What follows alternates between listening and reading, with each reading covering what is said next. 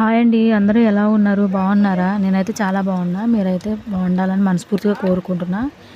ఇదైతే మొన్న పప్పు చేశానండి. పప్పులోకి కరివేపాకు లేదు. కరివేపాకు కానీ పక్కింటికైతే వెళ్ళానండి. మా ఊర్లో ఏంటంటే కరివేపాకు చెట్టు ఒకటి, నిమ్మకాయ చెట్టు ఒకటి కంపల్సరీ ఉంటుందండి. మా ఇంట్లో అయితే లేవండి. ప్రతి ఇంట్లో ఉంటుంది. కాకపోతే మా ఇంట్లో అయితే లేదు. కరివేపాకు కానీ పక్కింటికి వెళ్తే వాళ్ళైతే కరివేపాకు లేదన్నారండి.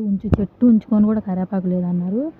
అయితే నేను వేరే వాళ్ళ ఇంటికి వెళ్ళానండి. వేరే వాళ్ళ ఇంటికి వెళ్తే పక్కన ఒక ముసలామె ఉంటుందన్నమాట. ఆమె అయితే పెన్షన్ తీసుకొని వాళ్ళ ఇంటికి వెళ్ళిపోయింది, వాళ్ళ బిడ్డ వాళ్ళ ఇంటికి. ఈ ఇల్లు ఆళ్ళదేనండి. నేనైతే కరివేపాకు దింపుకొని వస్తున్నా. మా ఊర్లో ఎలా అంటే అసలుకి మనిషి అవతల చచ్చిపోతున్నా కూడా కనీసం నోట్లో కూడా నీళ్ళు పోయరండి.